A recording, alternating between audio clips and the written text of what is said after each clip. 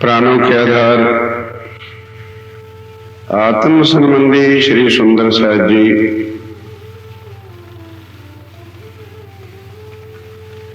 तथा धर्म प्रेमी भक्तजनों, साथियों, माताओं, बहनों,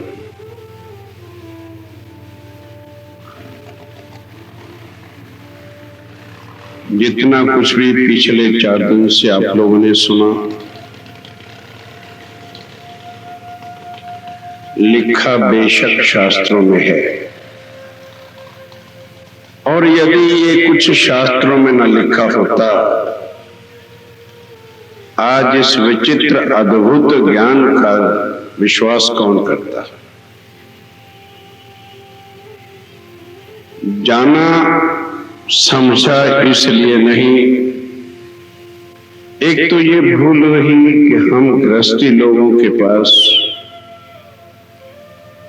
ये कलयुग इतना घोर अंधा हमको बना रहा है कि स्वयं पैसे की हिवस लालसा के बिना हमें कुछ दिखता है।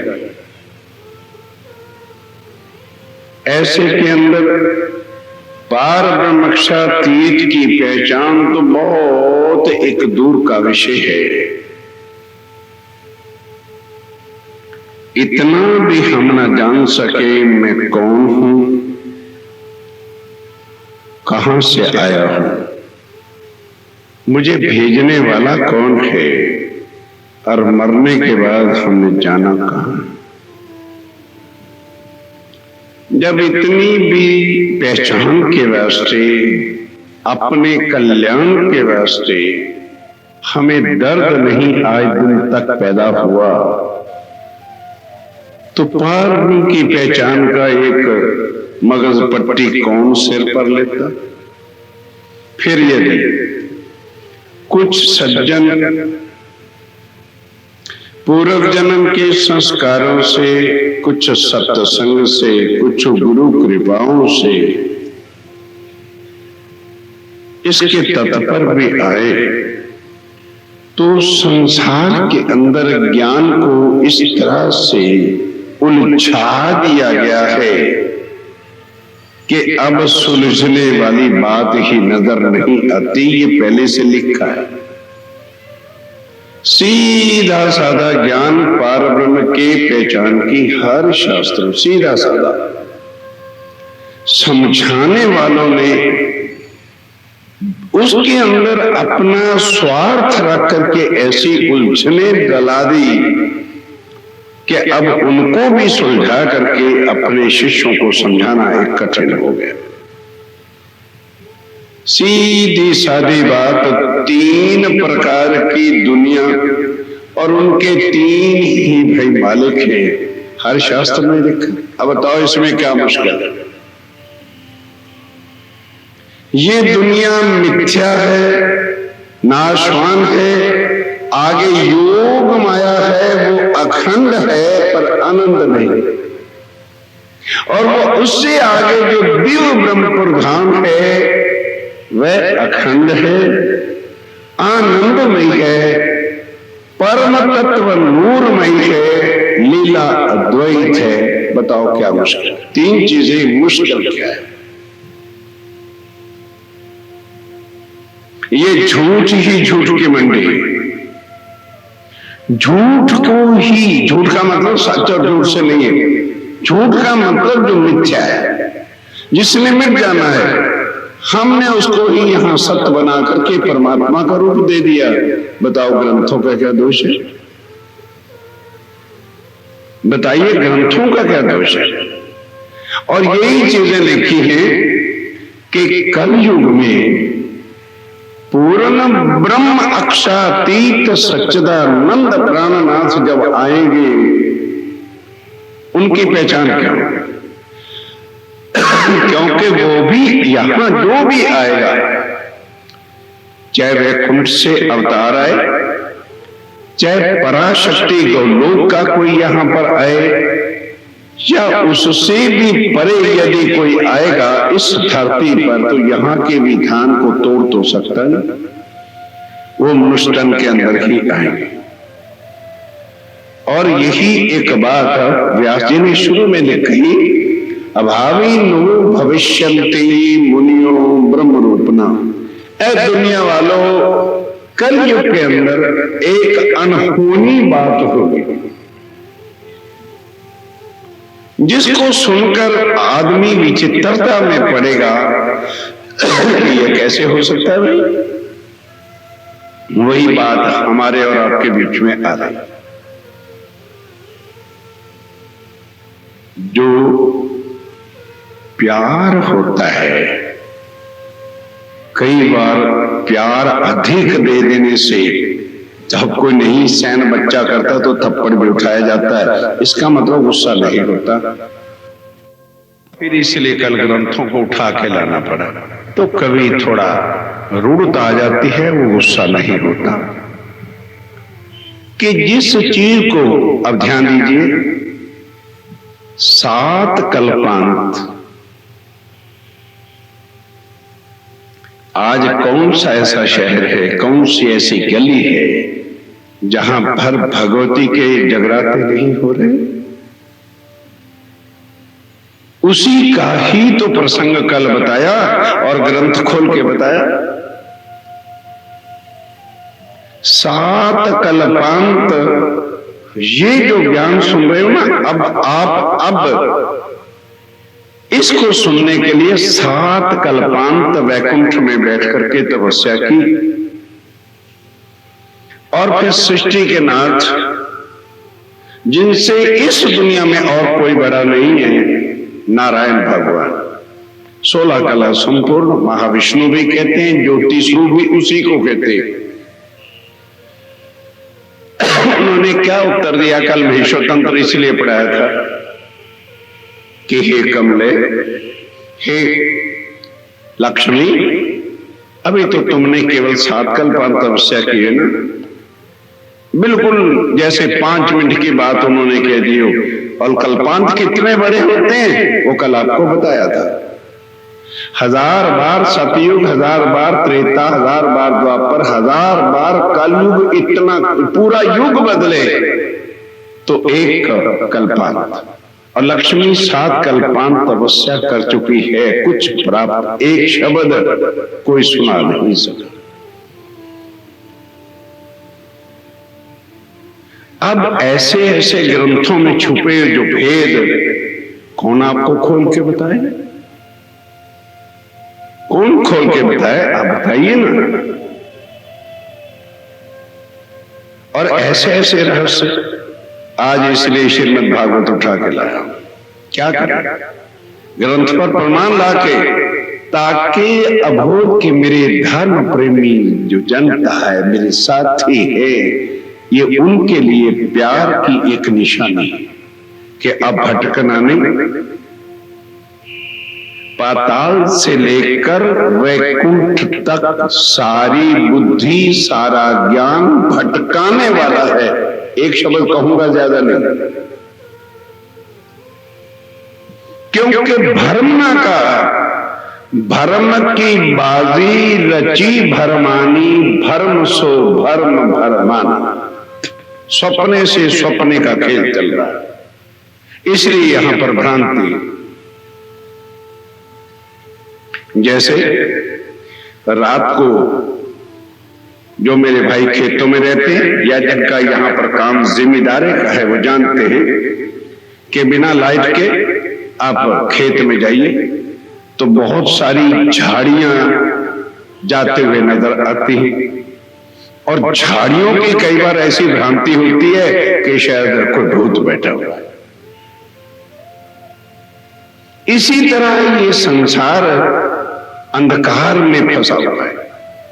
यहां अंधकार ही अंधकार है, ज्ञान है तो वो भी अंधकार है, क्योंकि सपने की बुद्धि जो ब्रह्मा जी की है उससे ही रचना, मूल सबसे ग्रंथ जो वेद है, कभी सोचा है आए कहां से? ब्रह्मा जी के चतुर्मुखों से आज भी वेदों का उच्चारण हो रहा है। कोई वेदों का सार नहीं ले सका। तब 6 ऋषियों ने कृपा की और चारों का सार निकाला। सार निकाल के उसके 6 दर्शन बना के रखे, जिसका विषय आज नहीं लूंगा। वो फिर कभी जब आपका प्यार मिलेगा, बस जब आप इस प्यार की जरूरत को समझोगे, याद करोगे, तब वो सारे भेद, क्योंकि आज का विषय कुछ और है और दिन बाकी 2 है। प्राणनाथ जी को आपके सामने इसी तरह से लाके समझा देना है जिस तरह बाकी सबसे है। तो एक एक बात को रस निकाल करके उन्होंने पहले शास्त्र में क्या लिखा, माया ईश्वर जीव अविनाशी, ये वेदों का सार है। और यहां कोई जीव है जो अविनाशी है, और उधर वही आके फिर क्या कहते हैं, जीवो जीवस्य जीवनम, कि जीव से जीव पैदा होता है और जीव जीव को खा के नाश भी करता है। तो फिर उस ग्रंथ को कहां ले जाओगे जो ये कह रहा है कि माया ईश्वर जीव अविनाशी? तो कहने का मतलब ये है, ये कंट्रोस क्वेश्चन और किस तरह से तसल्ली हो, ये तब होगा जब आप अधिक समय अपने प्यार देने का देंगे। अब तो लिमिटेड समय है और वो भी दिन तो एक का प्रोग्राम था। आपके प्यार के कारण से ये विषय सत्य के ज्ञान का आपके सामने रखना पड़ रहा है। आइए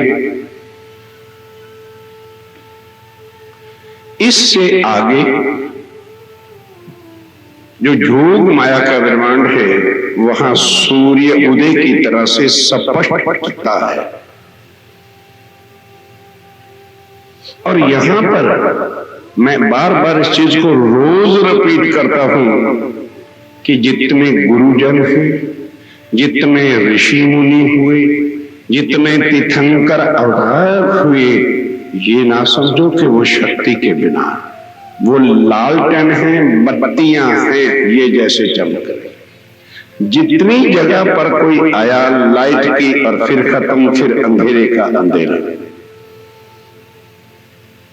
और ये बात कितनी बार दृष्टांत देके समझाया, एक बार नहीं। ये नहीं कि उनके पास रोशनी नहीं थी, तेज नहीं था, प्रकाश नहीं था या ज्ञान नहीं था, एक ही शब्द है, लेकिन उनके द्वारा जो है अंधेरा नहीं मिटाया जा सका। कुछ देर टिमटिमा है, उम्र खत्म हुई, फिर अंधेरे का अंधेरा और ज्ञान अज्ञानता का ही रह गया। और कहते रह गए सारे ब्रह्म सत्य जगत मिथ्या। कितना सरल शब्द, बताओ इसमें कौन सा ऐसा शब्द कठिन है जो हम समझ नहीं सकते? और तुरंत फिर हम लोगों ने उनकी कृपा, जिनको हम गुरुदेव जी महाराज बताते हैं अपने अपने, वो तो कण कण में है, मेरे अंदर है, पिंड में है, ब्रह्मांड में है। वो इंसान कुछ तो बुद्धि से काम ले।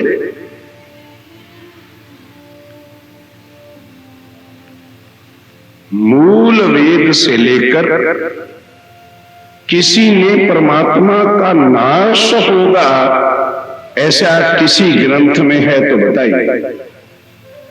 फिर वो सूर्य भी कहते हो और अंधेरे के अंदर सूर्य है। कुछ सोचो, कुछ विचारो तो विचार आ जाए। ये अंधकार है, अज्ञानता है। सूर्य उदय होने का मतलब क्या होता है? अब देखो ना, करोड़ों बत्तियां हैं, करोड़ों लालटेनें भी हैं, करोड़ों अरबों संख्या से बड़े सितारे भी हैं और चंद्रमा भी है। लेकिन रात कोई मिटाता है? सबके सब जोर लगाते हैं, कितने जो है पावर हाउस है, फिर भी अंधेरा है। अब सब मिल जाए तो भी अंधेरा, और जब एक निकलता है उसको कहते हैं सवेरा।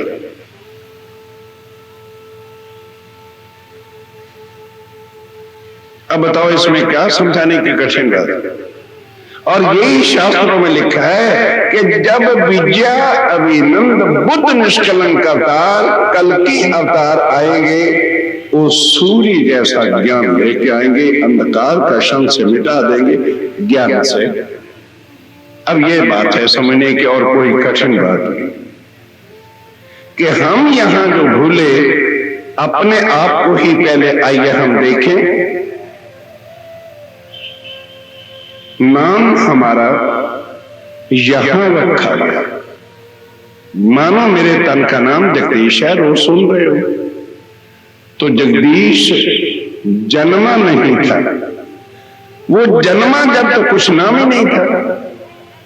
अब 6 दिन के बाद छठी रात संस्कारों के हिसाब से जगदीश का जन्म हो गया। 6 दिन किसका जन्म हुआ था? अब ये बताओ सोच के। झूठ का लेबल चिपका दिया गया। अब सारी उम्र ईसे में बीतेगी क्या कि हर इंसान जितने हम यहां बैठे या विश्व का आदमी है, मेरी शान हो, यानी मेरा नाम, इस नाम से दुनिया मेरे परिचय हो जाए, शहर सारा मेरे नाम के सामने झुके, खानदान में मेरी वाहवाह झूठे नाम है। झूठ की पसारा या गलत है? क्या ये नाम जो है उस नाम से ये मैं या हम हैं? बस ये सोचिए।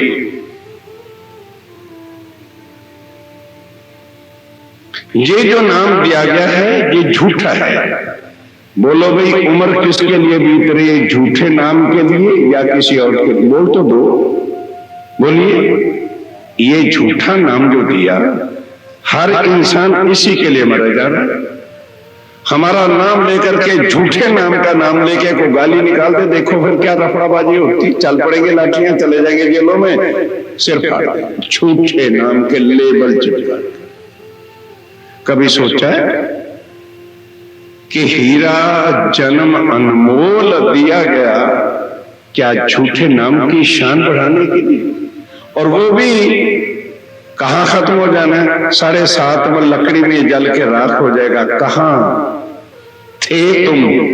कहां से आए थे? कभी 1 मिनट उसके भी विचार करने का सोचा? जब ये ज्ञान आता है, इसी को कहते हैं वो द्वार खुलना कि मैं कौन हूं, मैं ये नहीं हूं। जिसने इसको मैं समय रखा है, लाया हूं आज भागवत, इसलिए को आके पढ़ना चाहता है तो आ जाए, क्योंकि कल पढ़ाने में मेरे 20 मिनट वेस्ट हो गए।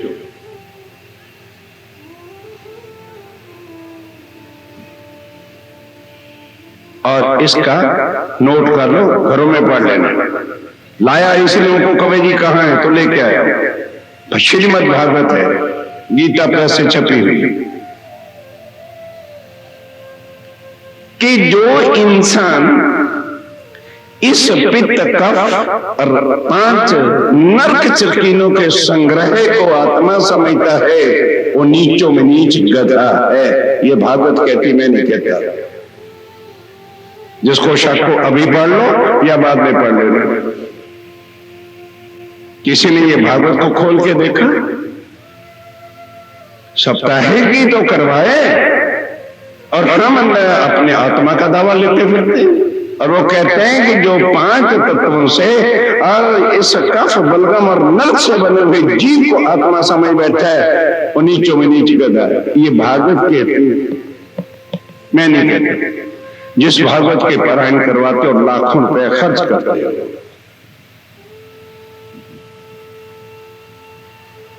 आओ, ये मिथ्या है। पिंड भी मिथ्या है, बिरबाल भी मिथ्या है, और पिंडे 100 ब्रह्मंडे जो है वो भी मिथ्या है।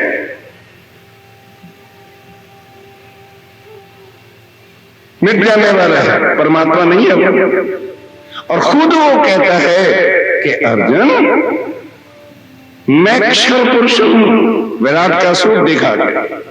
क्षर का मतलब क्या है? किसी पंडित, किसी विद्वान संस्कृत वाले से पूछिए। क्षरा सर्वाणि भूतानि, कि सब पिंड और ब्रह्मांड में ये जो मेरा विराट है ये नाशवान है, मैं भी नाशवान हूं, मैं भी जन्मता हूं तू भी जन्मता है, मैं भी मरता हूं तू भी मरता है, तुझे जन्म मरने का पता नहीं और मैं सारे विराट के जन्म मरण को जानता हूं क्योंकि मैं कर रहा हूं सब कुछ। तभी अर्जुन को समझ आ गई, तभी उसने मांगा कहे फिर प्रभु इस जन्म मरण से छुड़ा। कहते मैं नहीं छुड़ा सकता, मैं इस दुनिया का परमात्मा हूं, करोड़ पुत्र मान दे दूंगा, सारी दुनिया का धन संपत्ति बोल कितना चाहता है सारा तेरे बैलेंस में रख देता हूं, जब तक दुनिया खड़ी रहेगी मैं तुझे राजा बना सकता हूं, स्वर्ग तल में ले जा सकता हूं, मेरी दुनिया के अंदर तू जो कुछ मांग मेरे साथ वैकुंठ में रहना चाहता है मैं रख सकता हूं, पर मैं आवागमन से मुक्त नहीं कर सकता। वो परमात्मा और है। गीता का 15वां अध्याय श्लोक 18 पढ़ो जाके सवेरे, मैं तो एक एक प्रमाण दे रहा हूं आपको, खोलिए ना लिखो तो मेरे पास आ जाओ कि मैं नाशवान हूं। हम पिंड और ब्रह्मांड वाले को परमात्मा बनाए फिरते हैं, तो बोलो ग्रंथों का दोष क्या है भाई? दोष तुम्हारे बताने वालों का है ना कि ग्रंथ झूठे। मैंने पहले दिन कहा था, परसों कहा था, आज कहता हूं, हमेशा इस मन से यह आवाज आएगी जो किसी ग्रंथ को झूठा या भगवान किसी की निंदा करता है उसकी परछाई से दूर रहना। ग्रंथ झूठे नहीं, ये हमारे और आपके रास्ते रास्ता दिखा रहे हैं कि सूर्य तक पहुंचना चाहते हो तो रास्ता और है, यहां से वैकुंठ पिंड और ब्रह्मांड अंधेरा ही अंधेरा है। वैकुंठ के नाथ से तो बड़ा कोई नहीं। लक्ष्मी ने यही तो मांगा था कि तुम ध्यान किस तुम डरते हो, और तो कुछ मांगा ही नहीं। अब जब लक्ष्मी भगवती सृष्टि की नाथ और उसके पति आदि नारायण जिनसे बड़ा तो है नहीं, कहते मैं नहीं बता सकता। इससे ही पर ये सोच तो तब सोचा होता कभी ये पढ़ा होता। मेषो तंत्र का पेज नंबर 20 है जो रात पढ़ के दिया था, फिर पढ़ना। उससे विश्वास ना आए तो देवी भागवत, श्रीमद् भागवत नहीं, देवी भागवत का 4था स्कंद विष्णु लक्ष्मी संवाद ऊपर हेडिंग है, वो पढ़ के देखो। यही डिट्टो चीज वहां लिखी। 7 कल्पांत तपस्या के बाद जब कलयुग में आने की सूचना मिल गई, तब वो जाते हैं और कहते हैं कि लक्ष्मी अभी आपने 7 कल्पांत तपस्या की, करोड़ कल्पांत भी तो तपस्या कर ले, तो ये मेरी जिभ्या जो वैकुंठ वाली है हमारी और आपकी, उसकी एक ही जिभ्या 5 तत्व की है। हमारे पास स्थूल शरीर है, उनके पास सूक्ष्म शरीर होता है, फर्क इतना है 5 तत्व के वो भी बने हुए। उनका सूक्ष्म शरीर है, हमारा स्थूल शरीर। कि हाँ अब मैं 28वें द्वापर युग में जाऊंगा, क्योंकि वह पार ब्रह्म और अक्षर ब्रह्म जो कूटस्थ अविनाशी है, जो मुझे बनाता है और मुझे दुनिया के बनाने की शक्ति प्रदान करता है। जैसे आदि ने ब्रह्मा विष्णु महेश को बनाया और उसके बाद शक्ति दे दी कि 14 लोक की रचना तुम करो। ब्रह्मा जी बना रहे, विष्णु लक्ष्मी पाल रहे हैं और महादेव जी श्रृंगार कर रहे हैं। इसी तरह से वो कह रहे हैं, आदि में भगवान 16 का संपूर्ण कह रहे हैं कि कूटस्थ अक्षरा, कूटस्थ मैंने अविनाशी अक्षर ब्रह्म जो है वो हमें बनाता, लेकिन स्वयं आगे दुनिया नहीं बनाता, दुनिया हम बनाते, लेकिन वो बनाने की शक्ति हमें देता है। उससे दुनिया बन मिट रही है। जब वो अपनी शक्ति वापस ले लेते हैं, सृष्टि का लय हो जाता है। ये रचना यहां पर भ्रांति की चल रही है।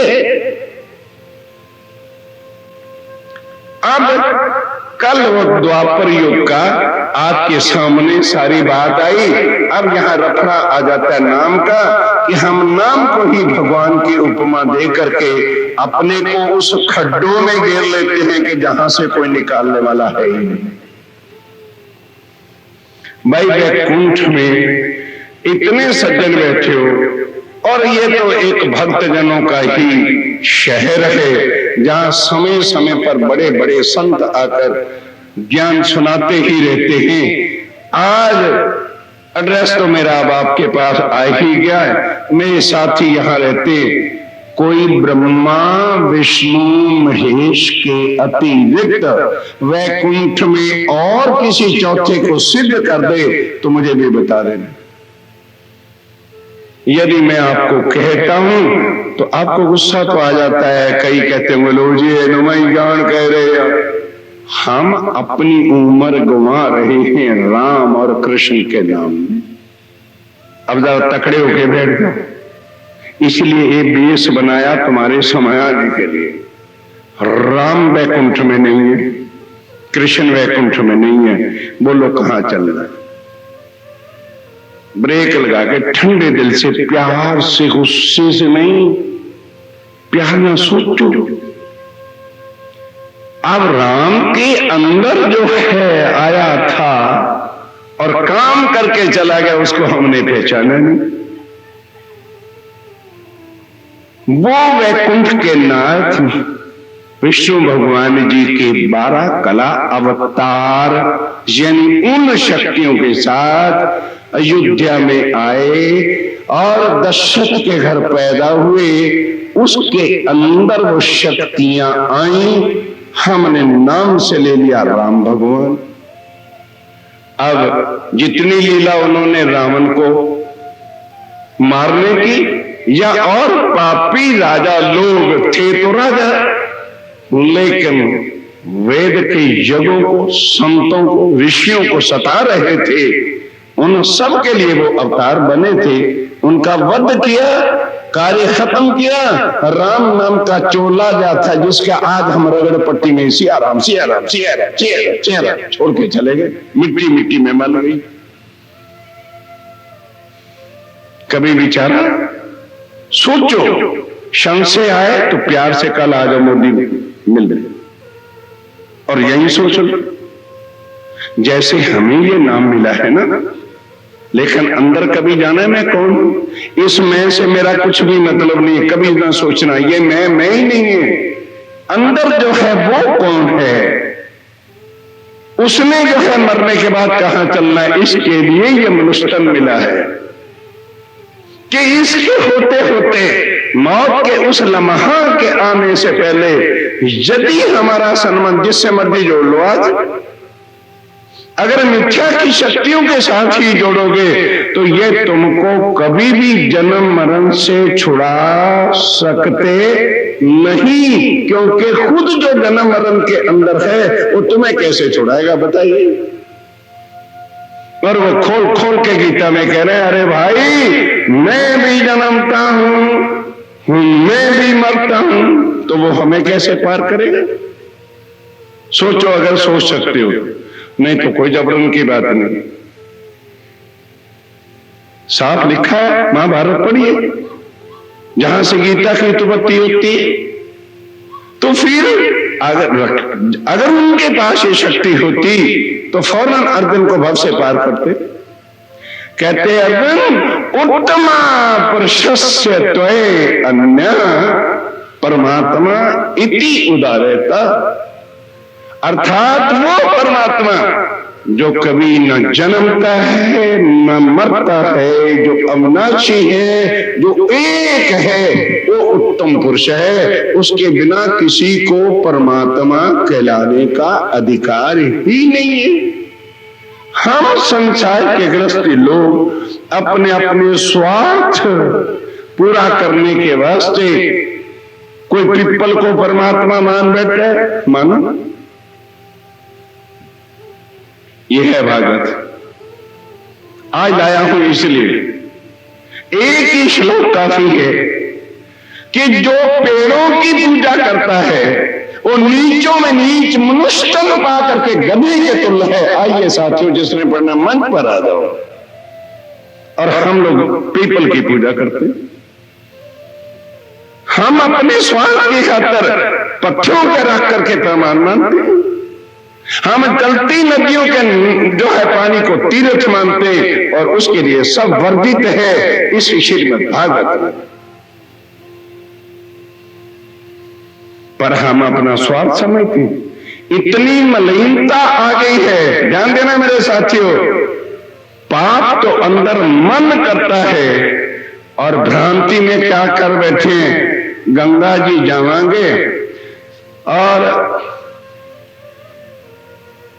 एकादशी वाले दिन संक्रांति को स्नान करेंगे और सारे पाप रिकह तो दो भाई धुल जाएंगे। पापी तो है मन और तो मांगे शरीर, कुछ तैयार दिमाग ना सोचा होंगे। अगर नाम दे नाल मुक्ति मिलती सी तो मछलियां बेचारियां तो उठे दी उठी रह गई गंगा च। सोचो जो सोचा जाए, नहीं तो क्षमा नाल नाल कर दे, गुस्से ना होना। सोचो अब जो भी परे से भी आएगा वो मनुष्य तन के अंदर आएगा। अगर उसके भी नाम को ले लोगे, रक्षातीत कह दोगे, सारी उम्र घंटी बजाते फिर नाम श्री कृष्ण जी नाथ जी अक्षरातीत, नरकों में जाओगे, परे नहीं जा सकते, क्योंकि उसको शक्ति में नाम ही नहीं है उसके। किसका नाम जो कलयुग में आएगा, कृष्ण द्वापर में आएगा, आया था। बस इतनी समझ में आ जाए तो जो भूले हुए रास्ते पर है वो सीधे पे आ जाइए, नहीं तो मुझे कोई आपत्ति नहीं। पर ये ना कल को कहना अगले साल या और एक अगले साल, चारों तरफ से आवाज खलक नकारा खुदास के महापर्ले आ गई। इस मंच से अभी हमने कुछ नहीं कहा, मैं ग्रंथों के प्रमाणों से कह रहा हूं। उस वक्त ये ना कहना कि प्राणनाथ जी और उनके साथी तो आए थे भाई, हमने उनको माना नहीं, बस ये ना कहना कि सुना नहीं था या उन्होंने हमें रास्ता बताया नहीं था। ग्रंथ तुम्हारे हमने नहीं लिखे और फिर ग्रंथों पर भी तुम्हें विश्वास नहीं कि भाई तीन पोर्टफोलियो मिनिस्टर एनी प्रैक्टिकल गल है। अरे भाई जो बिजली वाला है वो बिजली ही तो तुम्हें सप्लाई कराएगा, और जो रक्षा मंत्री है वो रक्षा मंत्री का ही तो काम करेगा। फिर आगे का सामान कहां से को ला के देगा? यहां के सृष्टि के नाथ सर्वशक्तिमान है, कहां के? इस दुनिया के। मिथ्या चीजें तुम्हें दे सकते हैं, कर्मों से इतना ज्यादा इतना नहीं दे सकते। और फिर कर्मों से काटेगा कौन? ये नहीं काट सकते। ये कर्मों के अधीन रखने का ब्रह्मांड है। कोई तरदेवा, कोई देवी देवता तुम्हें कर्मों के बंध से छुड़ा सकते नहीं, और हम गृहस्थी नीच कर्मों के बिना जी सकते नहीं। ऐसा माया का जाल हमारे चारों तरफ, बच्चे, परिवार, कुटुंब, कबीला, महंगाई, टैक्सों का जाल बिछा है मेरे साथियों। सोच करके देखो, रखो कलेजे पर हाथ, कौन माई का लाल आज ईमानदारी से रोटी कमा के खा सकेगा क्या? ये किसने बिछाया जाल? उन्हें कह दिया गीता में, मैं ही करवाता हूं कर्म। दोष हमारा है ना कि हम नहीं समझ पा रहे। वो तो बार बार गीता में कह रहे, अर्जुन मैं करता हूं, मैं करवाता हूं, मैं भुगतवाता तुम्हें, करवाता मैं हूं, क्योंकि मुझे हुक्म है कि किसी भी जीव को भव से पार होने देना। जल्दी ना बोलो, नहीं। अव्वल तो कोई कर्म का हमारा कहां हिलदा नहीं, और अगर कोई तपस्या करने बे भी गया, राजा हरिश्चंद्र क्या पाप किया था भाई? दोबारा तो कोई नहीं जम्या हरिश्चंद्र, सपने के अंदर दान दे बैठे। और इनके प्रैक्टिकली राजा इंद्र के साथ कोई बात हुई है, सपने में दान दे दिया। दूसरे दिन वो लेने आ गया, दे दिया। किसी पंडित का कर्जा देना था, कह दिया था तुम्हें इतना देंगे, पर राज दान देने के बाद वो लेने आया। ये लीला रच दी इंद्र भगवान ने उसके सत तप को गिराने के लिए। साथियों, कहना सुनना अमल में लाना जमीन और आसमान का अंतर होता है। काशी के चौराहे पर जाकर अपनी पटरानी को नीलाम करता है राजा हरिश्चंद्र धर्म को पालने के लिए। दोबारा को है इतिहास में। फिर खुद चंडाल के हाथ राजा नौकरी करता है। चंडाल पानी भरने पर लगा देता है, सुबह से लेकर शाम तक भरता है। इंद्र भगवान जी आके नीचे से टूटी खोल देते हैं। इन्हीं को भगवान कहते हैं। कहो उनका क्या दोष है?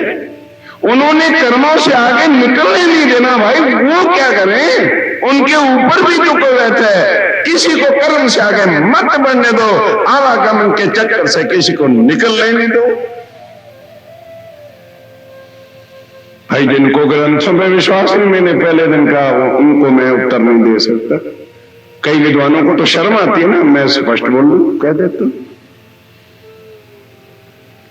और उसने कहा कि भाई अर्जुन, कर्मों से यदि कोई छुड़ाने वाला है तो वो केवल पूर्ण ब्रह्म सच्चिदानंद अक्षरातीतोत्तम पुरुष है, जिसको प्राणनाथ कह रहे हैं। और नहीं है और उसका ही आना कलयुग में लिखा है। कृष्ण द्वापर में आए थे, राम त्रेता में आए थे। ज्यादा इसके बाद और कुछ नहीं कहना। अब आइए, कल 11 साल और 52 दिन की लीला कृष्ण का अविषय चल रहा है कि नाम तो भाई तन का है कृष्ण। लीला अंदर 3 शक्तियां करेंगे, क्योंकि 3 शक्तियां हैं इसके अंदर। जन्म किसने लिया था मेरे साथियों? भाई ऐसा काम नहीं चलेगा, प्यार ना लाओ जरा। नमो नारायण बोलो भगवते वासुदेव। नारायण भगवान ने जन्म लिया, वो साक्षात अंदर है। आत्म किसकी आई थी? अक्षर ब्रह्म की, जिसका प्रमाण आपको दिया कि जैसे ही ब्रह्मा जी गौवे ग्वाल बछड़े लेके हटे, ज्यों का त्यों तुरंत ये शक्ति अक्षर ब्रह्म के पास।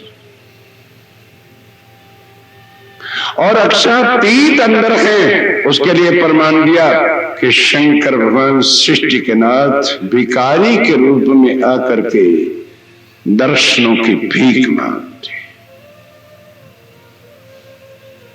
और फिर उन्हीं के चरणों में आकर के ब्रह्मा किस दुर्दशा के बाद क्षमा मांगते हैं। वो भी पशु के तुल अपने मुख में घास का तिनका लेके, वो भी श्रीमद् भागवत में उनका फोटो भी है और प्रसंग भी। फिर इंद्र भगवान किस तरह के गिड़गिड़ा के आके चरणों में गिरते हैं।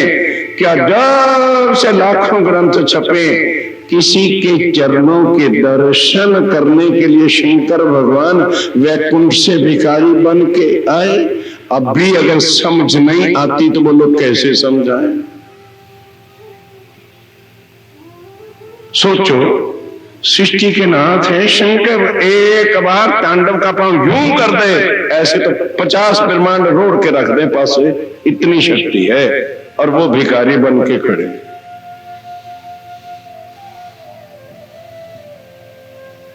किन के वास्ते वो गोपियां 16 श्रृंगार करके गई थी। ये लीला 11 साल तक हुई। अब ये शक्ति यहां से जाएगी। नाम कृष्ण, अब दूसरी लीला होगी, नाम कृष्ण रहेगा। कहोगे जी ये कितना हो गया? फिर आओ प्रैक्टिकल लो ना, क्योंकि प्रैक्टिकल के बिना यहां कोई शब्द ढोंग वाला नहीं, तंदे वाला नहीं। देशवासी हिंदुस्तान च रहिंदे हो भाई, 1977 में इंदिरा दा राज खत्म हो गया सी कि नहीं? 1977 जनता दा राज आया। जनता दल का जो मोरारजी देसाई प्राइम मिनिस्टर बने सन, ना इंदिरा ही रहा सी कि बिंद्रा हो गया सी।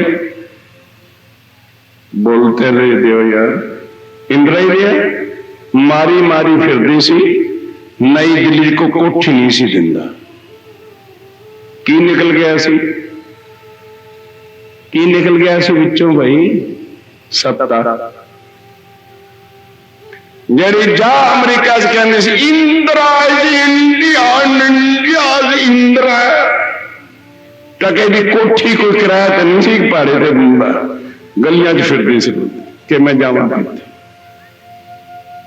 इसी तरह से जब शक्ति निकल गई तो कृष्ण क्या करेगा?